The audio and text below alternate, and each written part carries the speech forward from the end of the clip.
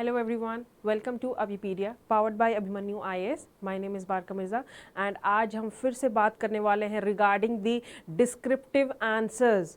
How to write descriptive answers of economics and social issues for your NABARD Grade A Phase 2 examination.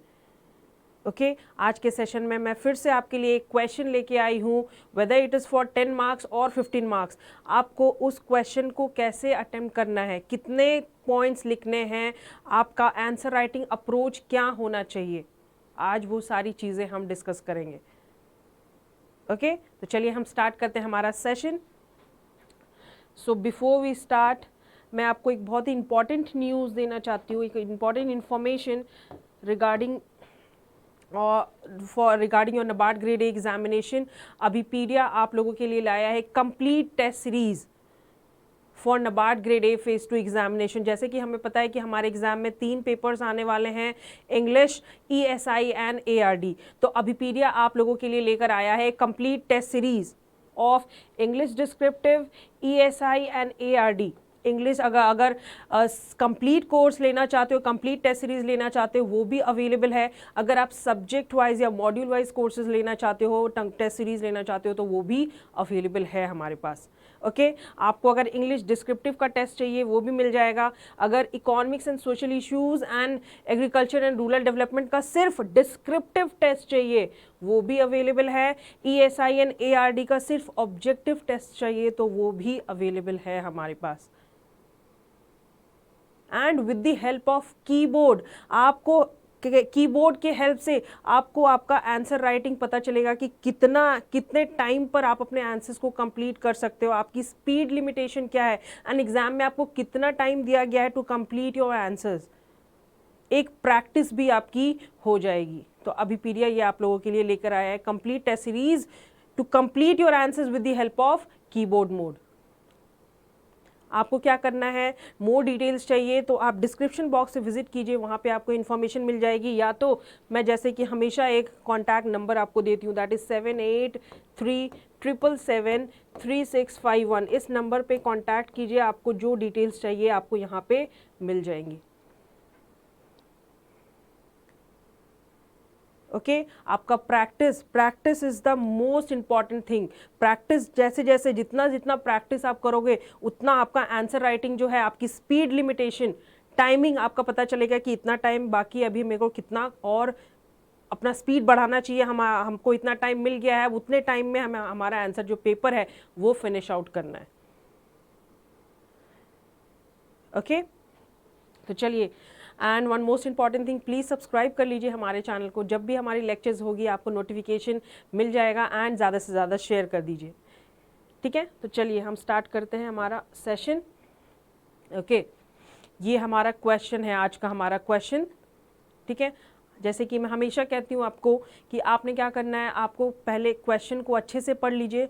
पढ़ने के बाद उसके बाद देखिए कि main content, core of the question आपको क्या पूछा गया है, whether it is for 15 marks और 10 मार्क्स. 10 मार्क्स का अगर क्वेश्चन है तो आपको बोल दिया जाएगा पेपर में कि 150 वर्ड्स में आपको ख़त्म करना है, या फिर 15 मार्क्स का क्वेश्चन रहेगा तो आपको 250 वर्ड्स ज़्यादा से ज़्यादा इतने वर्ड्स में आपको ख़त्म करना है. आपको +10 ऊपर या -10 कर देना है ऊपर नीचे लिखने में, बट ज़्यादा नहीं.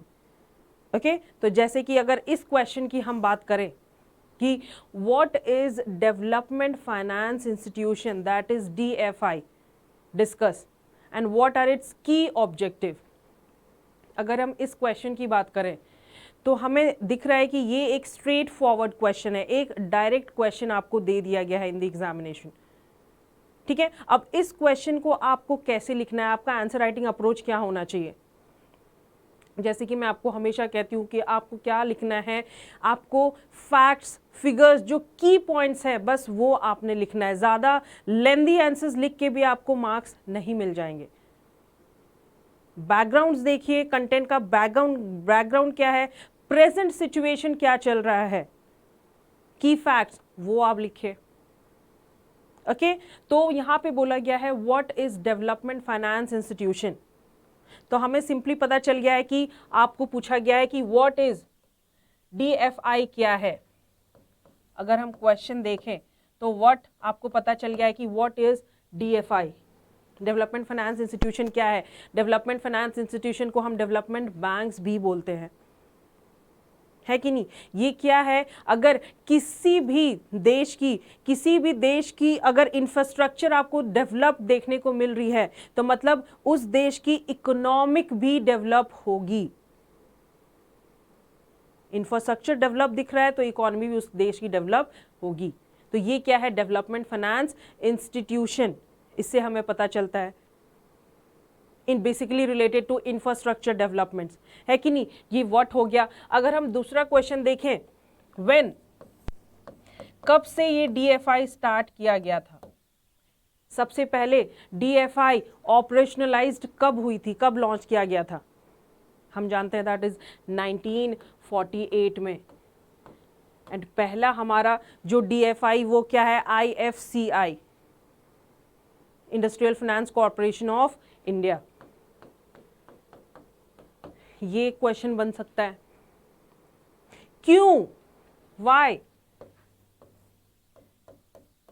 DFI क्यों होनी चाहिए हमारी कंट्री में? इसकी नीड क्या है? ये भी एक क्वेश्चन बन सकता है। तो हम जानते हैं डेवलपमेंट फाइनेंस इंस्टीट्यूशन क्या है? एक स्पेशलाइज्ड इंस्टीट्यूशन है जो कि ओन किया गया है by the government of India to provide developments या फिर project finance in different sectors and और सब sectors in the economy. Basically main aim क्या रहता है कि इकोनॉमी हमारी जो कंट्री की जो इकोनॉमी है वो कैसे डेवलप करे, वो कैसे ग्रो करे। इसकी नीड क्या है? हम जानते हैं कि हमारे देश में, हमारे कंट्री में DFIs नहीं है, तो DFI नीड है हमारी कंट्री में बेसिकली इंफ्रास्ट्रक्चर डेवलपमेंट्स के लिए, हाउसिंग डेवलपमेंट्स के लिए। अगर इंफ्रास्ट्रक्चर डेवलप्ड होगी तो हमारी इकोनॉमी भी डेवलप होगी, है कि नहीं? उसका बैकग्राउंड क्या है?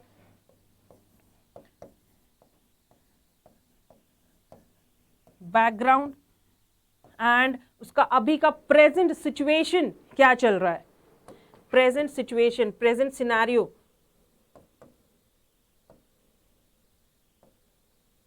ये भी हम दे सकते हैं। नीड क्या है? तो यहां पे पूछा गया है what is development finance institution. आपको पता है, आपको डिस्कस करने को बोल दिया गया। जब हम डिस्कस की बात करते हैं तो आपने क्या डिस्कस करना है? कंटेंट आपको मिल गया है DFI, आपको कंटेंट के अंदर इन्वेस्टिगेट करना है कि कौन कौन से ऐसे इंपॉर्टेंट फैक्ट्स है, फिगर्स है, नीड क्या है, इसकी बैकग्राउंड क्या थी, अभी प्रेजेंट सिचुएशन क्या चल रहा है, ये सारी चीजें हम लिख सकते हैं। ये सारी चीजें आपको ध्यान में लाना है। एंड लास्टली आपको पूछ लिया गया है कि what are its key objectives, what are the objectives of DFI। Okay, simple straightforward answer question है। स्टूडेंट्स को क्या लिखना है? स्टूडेंट्स अप्रोच क्या, राइटिंग आंसर राइटिंग अप्रोच क्या होनी चाहिए? पहले लिखना है व्हाट इज DFI क्या है।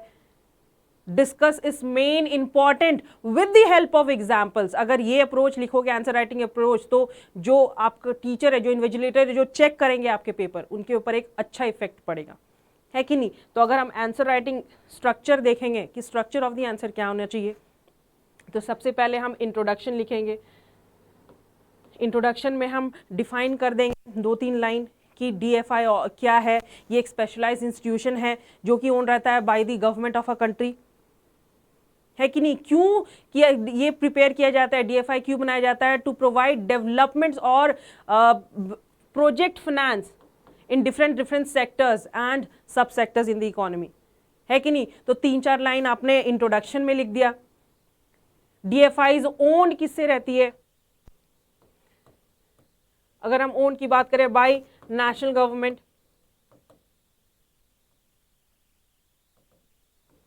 है कि नहीं? तो ये सारी चीजें आप इंट्रोडक्शन पार्ट में लिख दो।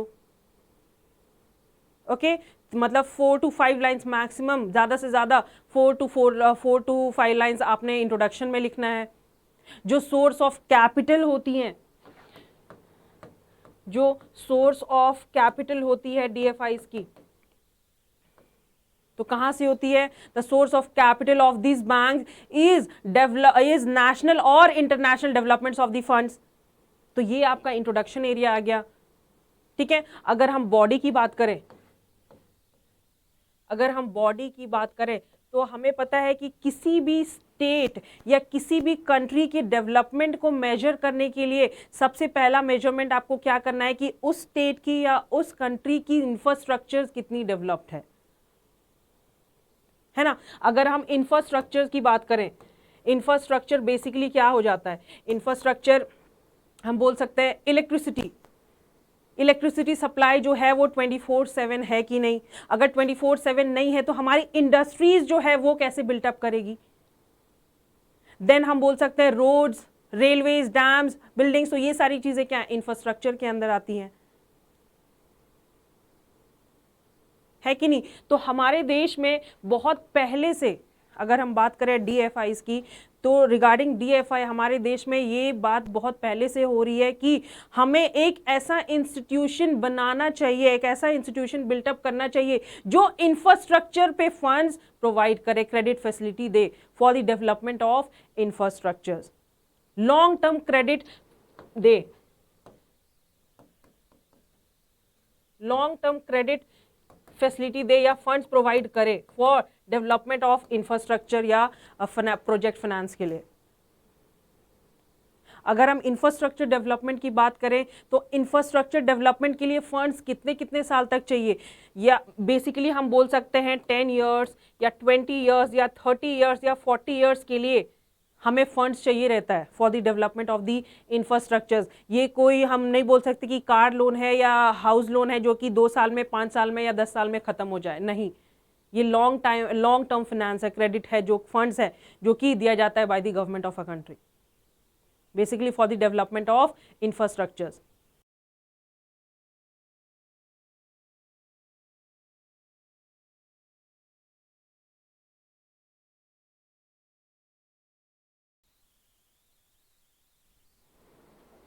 ओके अगर हम इंफ्रास्ट्रक्चर की बात करें तो जैसे कि मैंने आपको बताया कि जो डीएफआईज है वो लॉन्ग टर्म के लिए फाइनेंस फंड्स प्रोवाइड करती हैं for the development of the infrastructures, है कि नहीं। तो अगर हम डीएफआई की बात करें तो बहुत पहले बिफोर 1991 हमारे कंट्री में डीएफआईज थी, बट आफ्टर 1991 जब नरसिम्हम कमेटी आई तो उसके बाद जो डीएफआईज है उसको बंद करा दिया गया। तो ये सारी चीज़ें हम बॉडी में लिख सकते हैं। देन अभी हम बात करें आफ्टर 30 इयर्स, इस साल के बजट सेशन में, बजट 2021 में ये डिसाइड किया कि फिर से हम इंस्टीट्यूशन एक बनाएंगे, दैट इज डीएफआई हम बनाएंगे, एंड उसका बजट आउटले कितना दिया गया in the budget session, ₹20,000 crore for the infrastructure development. Infrastructure develop करेगी, हमारी इकोनॉमी भी डेवलप करेगी। तो ये सारी चीजें हम बॉडी में लिख सकते हैं। देन हम लिख सकते हैं how DFIs are different from commercial banks, development finance institution कैसे अलग है फ्रॉम कॉमर्शियल बैंक, ये भी एक पॉइंट है।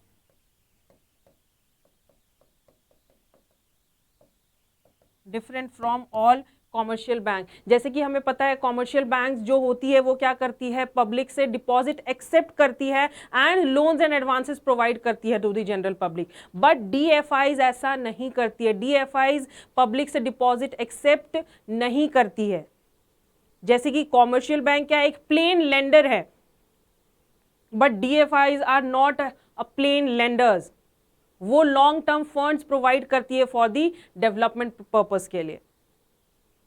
देन हम लिख सकते हैं द मेन ऑब्जेक्टिव्स, जैसे कि आपको क्वेश्चन में पूछा गया है objectives, main objectives of DFI क्या है। तो डीएफआई का मेन ऑब्जेक्टिव, मेन गोल क्या है, to boost the economic growth, economic development कैसे हो हमारी कंट्री में। And DFIs not only help, financial assistance ही नहीं प्रोवाइड करती है, financial assistance as well as technical support provide करती है to different sectors in the economy. तो ये क्या है, हमारे डिफरेंट ऑब्जेक्टिव्स हो गए। देन अगर हम बात करें इंडस्ट्री पॉइंट ऑफ व्यू, तो डिफरेंट इंडस्ट्रीज जो है अंडर डीएफआई क्या क्या है, specific wise, sector wise, specifically अगर इंडस्ट्री की बात करें हम, तो इंडस्ट्री हमारी हो गई आईएफसीआई, देन आईसीआईसीआई। अगर हम बैंक्स की बात करें तो SIDBI, small industrial development bank of India, NABARD हो गया, एनएचबी नेशनल हाउसिंग बैंक हो गया, तो ये सारे आते हैं अंडर डीएफआईज 2। तो हम इसे डेवलपमेंट बैंक्स भी कहते हैं। तो ये सारी चीजें हो गई। उसके बाद ये बॉडी में आपने कंक्लूड कर दिया points, facts, figures, okay. And जब हम कंक्लूड करेंगे अपने आंसर को तो आपने एक सूटेबल कंक्लूजन देना है कि सुटेबल कंक्लूजन क्या होगा कि India needs DFI basically to boost the economic development of the country. अगर इकोनॉमी हमारी ग्रो करेगी तो it will enhance the capital flows in a country. अगर कैपिटल फ्लोज इनहांस करेगी तो हमारी जो कैपिटल मार्केट है वो एनर्जाइज होगी। तो ये आप अपने कंक्लूजन में एक एड अप कर सकते हो। एंड हम जानते हैं कि हमारे कंट्री में, हमारे इंडिया में long term credit facility, long term के लिए फंड्स नहीं मिलता है। तो to improve the long term finance, government has to provide credit facilities for long term, 20 years, 30 years, 40 years के लिए जो इंफ्रास्ट्रक्चर पे जो फंड्स देती है गवर्नमेंट। हम जानते हैं हमारे कंट्री में डीएफआईज, डेवलपमेंट बैंक्स नहीं है, तो डीएफआई जो है वो फुलफिल करेगी हमारे नीड्स को for the development of the country, for the growth of the country. तो ये क्या हो गया हमारा introduction, body and conclusion part, okay. अगर हम डीएफआई की, डेवलपमेंट बैंक इंस्टीट्यूशन की ऑब्जेक्टिव्स की बात करें तो जैसे इसका मेन ऑब्जेक्टिव क्या है, to boost the economic development of the country. Development कैसी होगी हमारी इकोनॉमी की, जब किसी भी देश, किसी भी स्टेट या किसी भी कंट्री की इंफ्रास्ट्रक्चर डेवलप करती है तो उसकी इकोनॉमी भी डेवलप करती है। मेन गोल ऑफ डीएफआईज ये है। DFIs do not accept deposit from the public, जैसे कि कॉमर्शियल बैंक डिपॉजिट एक्सेप्ट करती है from the public and loans and advances provide करती है, बट डेवलपमेंट फाइनेंस इंस्टीट्यूशन और development banks accept deposit accept नहीं करती फ्रॉम द जनरल पब्लिक। ये क्या करती है, फंड्स जो है बोरो करती है from the government to invest in different sectors. Fund provide करती है डिफरेंट सेक्टर्स को, डिफरेंट सब ग्रुप्स को। फिर they also provide guarantee to banks on behalf of their companies. जो कंपनीज, जो ऑर्गेनाइजेशंस जो फंड्स लेती है, जो क्रेडिट लेती है फ्रॉम दी बैंक्स, तो डीएफआईज क्या करती हैं, एक गारंटी प्रोवाइड कर दी है टू दी बैंक्स। अगर कंपनी और ऑर्गेनाइजेशन पे अप नहीं करी तो on behalf of the companies and organization DFIs pay करेगी। Some of the important DFI, जैसे कि हमने बात किया आईएफसीआई, जो कि पहला डीएफआई है इन इंडिया में। Industrial finance corporation of India कब स्टैब्लिश हुई थी, 1948 में। अगर हम आईसीआईसीआई की बात करें, that is industrial credit and investment corporation of India limited, established हुई थी 1955 by an initiative of world bank. ये किसका इनिशिएटिव था, वर्ल्ड बैंक का। एंड अदर बैंक्स की बात करें तो NABARD, SIDBI, IDBI, EXIM bank, जो फॉरेन ट्रेड अगर आप कर रहे हो तो EXIM bank will help in that. Then NHB, national housing bank, अगर आप हाउसिंग सेक्टर में अगर इन्वेस्टमेंट करना चाहते हो, एनएचबी। तो ये डिफरेंट ऑब्जेक्टिव्स है ऑफ डेवलपमेंट फाइनेंस इंस्टीट्यूशन का, ओके। तो आज का जो हमारा सेशन है वो यहीं पे ओवर होता है। आपको आपका आंसर कैसे लिखना है, पहले आपको क्वेश्चन में ही आपको कोड ढूंढना है, कंटेंट ढूंढना है कि एक्चुअल कंटेंट क्या है। उसके बाद कंटेंट में आपको इन्वेस्टिगेट करना है कि कौन कौन से फैक्ट्स, फिगर्स, उसके बैकग्राउंड, उसका अभी का सिचुएशन क्या चल रहा है, उसकी नीड क्या है, जो कि हमने डिस्कस किया, ओके। तो आज के लिए इतना ही। कोई भी क्वेरी हो रिगार्डिंग एनीथिंग आप कमेंट करके पूछिए, मैं आपको आंसर दूंगी। चलिए, तब तक के लिए थैंक यू एवरीवन।